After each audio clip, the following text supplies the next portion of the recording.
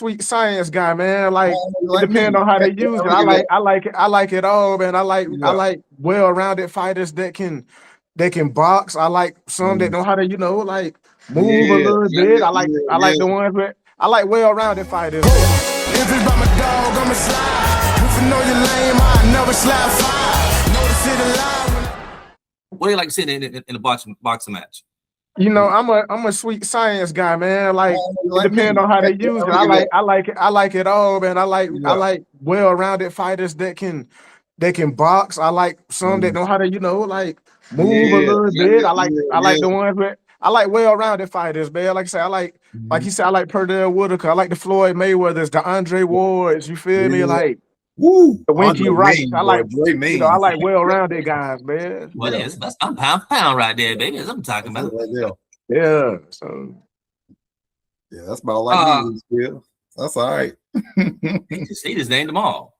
No, but he's got a point, man. So but then when we look at a sport like basketball, right? Now, one thing that we may not clearly see is whether or not he shot it for the 2 or the 3, right? But at least we got refs that they go back and wind the tape. We can't do that in boxing, right? We can't go back and say, "Hey, that was a low blow." We can't. Well, the ref can't, right? Or the scorecard judges, right? It's all in real time, and what we see is what we get, and we don't always agree. So I think that needs to change at some point. We need, and these heard said before, I think we all should see what the judges are scoring beforehand, like what they're looking for. That way we can all be in agreement, right? Right? Because right now we can all agree with the basketball game, all right, that's a 3-point line, that's a 2-point line, right? That's a free throw. We all know. I think each judge have their own way of scoring it.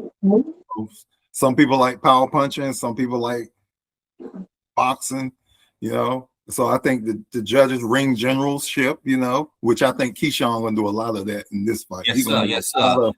I mean, he just phenomenal footwork. Being on his and Keyshawn ain't really gonna be on his bicycle. Like he gonna be he gonna be right in the trenches, waiting to counter my man. He gonna be countering Albright for sure. Yeah. So let me guys get out this.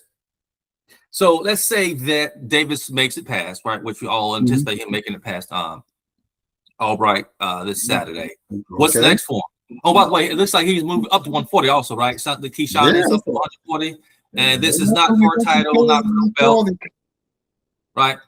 I mean, I would like to see, if we talk about was you finna ask who we want to see him next? I mean to cut you off. I would say I wouldn't mind seeing Keyshawn test his skills against somebody like Pitbull. Yeah. Ooh, yeah. I like to see how he handled the Pitbull. Like I like to see how he'll handle since he asking to fight like Tank and people like Tank. I wouldn't mind seeing how he handled Lamont Roach. You feel me? A Lamont Roach type guy. I thought that DMV area anyway. Yeah, like I think it's too early. I would say Abdullah Mason, but I think it's too early for him to get Abdullah just yet. Abdullah, yeah. I think he'll beat Abdullah, right? And I think Abdullah need like 3 more fights. Hey, if you go against the Reaper, I don't know. Hey, that's from my neck of the woods, the Reaper, Lamont Roach.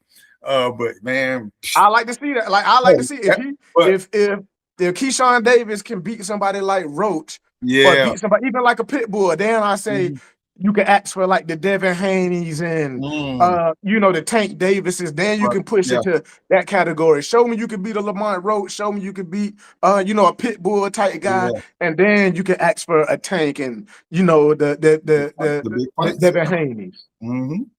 Yeah. So it sounds like all those guys actually from the DMV area too, right? Well, Tank is. Tank from Baltimore, and then Lamont, he from DC like me. So yeah. What about you, Dave? You got Keyshawn Davis. He fighting at home at the Scope in Norfolk.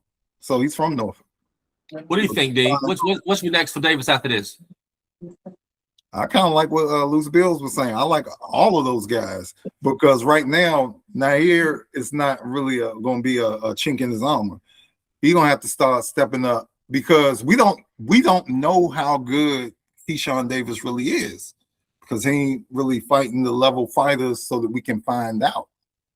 And I don't think nobody running from him. I don't think nobody's like running from Keyshawn. So I think he needs to challenge himself and get up there with those other guys, you know. Well, I think if he's gonna be all those guys. I think if he's gonna be the businessman, I think he needs to continue getting down to business. I think that's a great point you make, Bills, which is stepping in with the likes of a Pitbull Cruz. Because I think that should be his really big come out fight. You know what I mean? I think that. I forgot one. Hold on, I forgot not to cut you off, cuz like even throw Gary Antoine Russell in the mix. Yeah, man. I think he had more DC people. Look at that. Oh, that's too much there, bro.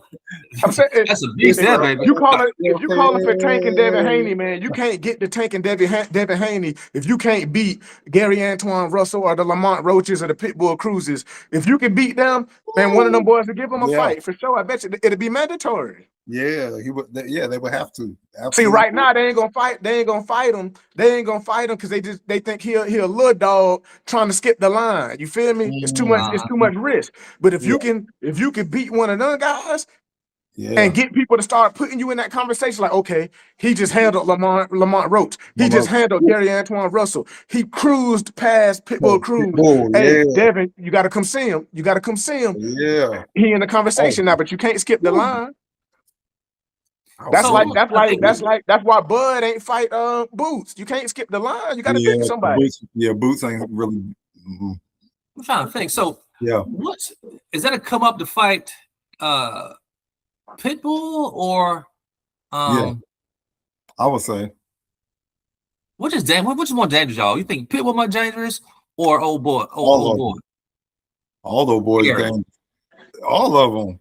Yeah, I ain't gonna lie. Equally, each one of them present like some obstacles. Lamont Roach can box and he got some power. Pitbull for sure got power. You're gonna have to watch for that knockout all 12 rounds with him. You can't lose focus against Pitbull. I'm about to say he ain't gonna let you rest. What he like? What, 5'2", 5'1"? Yeah. He on you, boy. So I like all them fights, man. Like I like all them. If you want to get to that next level, like the Devin Haney's and the Tank Davises, if you want to, even get into the conversation, hey man, you can't take a step back like this Albright fight, man. Especially if Albright do better than what we expecting or make it an ugly fight and you don't really look superb, it's kind of hurting you, even if you win. Yeah. Well, I think that him stepping up to the 140-pound division, I think is actually a great thing right now. I hope that we continue to see fights to come after this one, more better fights, I should say. Hopefully this is just the businessman just get back, so to speak, just kind of clean up some unfinished business. Yeah, like you say, unfinished business, basically. And just kind of move on. I'm thinking, I think it wouldn't sit well if I knew that I beat somebody, but I didn't get credit for whatever reason. You know what I mean? It's like a blemish on my record. I think I want to go try to do away with that as well. Okay. Well, Nahir had a pretty good out in his last against Frank Martin. I mean, it was a draw. It's Frank Martin, man. Come on now. I just beat Frank Martin. Frank wasn't coming until he ran into a Tank. I mean, but it was like he was looking to get knocked out in that fight, though. I was like, he was doing okay, and then it was like he was doing great until he wasn't. Yeah, because he was. And then it was a one hit quitter, He went like you say with somebody like Tank, man. You can't go to sleep. He gonna set that trap and make you think you see something that's there before you know it. You sleep. And that's exactly what he did. It was beautiful. Uppercut. Yeah, like because I think if it would have went another 5 rounds, I think Frank would have beat him. To be honest with you, like he was boxing good, wasn't he? He was doing a good job. He just with people like Tank, man, you can't make a mistake because sometimes all you get is one. And you sleep. Yeah, that's Santa Cruz, boy. and I think this is where Dana and I we talked about this before about like a Tank Davis versus a Shakur Stevenson. Shakur stays focused from round 1, round 12. And I think that will be, and this is my boy, I love Tank. I think that fight like that will be Tank's kryptonite. Because Tank would be all night long stalking, waiting, trying to counter.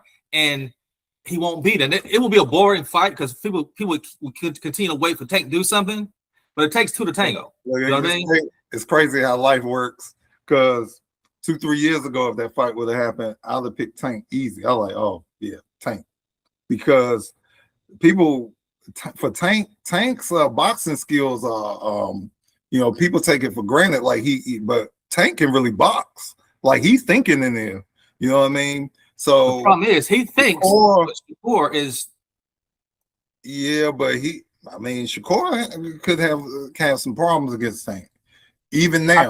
I feel like one thing with that is I feel like Tank, he take too many early rounds off with the expectation he know he got that clip that night and he know he can end it. But with somebody like Shakur, it's like, what if you don't land that clip the night shot and he got you down 6 rounds? Yeah. He's not gonna let you catch him. He gonna piece you up. You feel me? He ain't gonna let you. So that's the only thing that I say would cause some problems with Stevenson versus Tank is if Tank don't use those immaculate boxing skills early enough. Gotcha. And he waiting because I don't think he respects Shakur. So if he think that he can just catch him in round 7 or 8 and that shot don't ever come, you might lose. And like I told you, that's like Floyd. Yeah, that's like Floyd. You can't let somebody like Floyd get up on the cards at like round 6, round 7, round 8. Now he can just have his way. He can have his way. You got to make him fight you. And the only way to do that is to win some early rounds. And even though that's easier said than done, but I remember Berto. You remember Berto, Andre Berto, who fought Floyd. Yeah, I remember Berto. And Berto was he was like, man, he says, Floyd, he gives you all these different looks, right? And you're waiting before you know it's round 4, round 5. He said, what are we doing? He said, before you know it, fight's over, right? He said, Floyd gives you all these looks and feints. He continues to make you think that something's coming and never does, right? Now, Berto's a warrior, by the way, right? We've all seen Berto in some wars, right?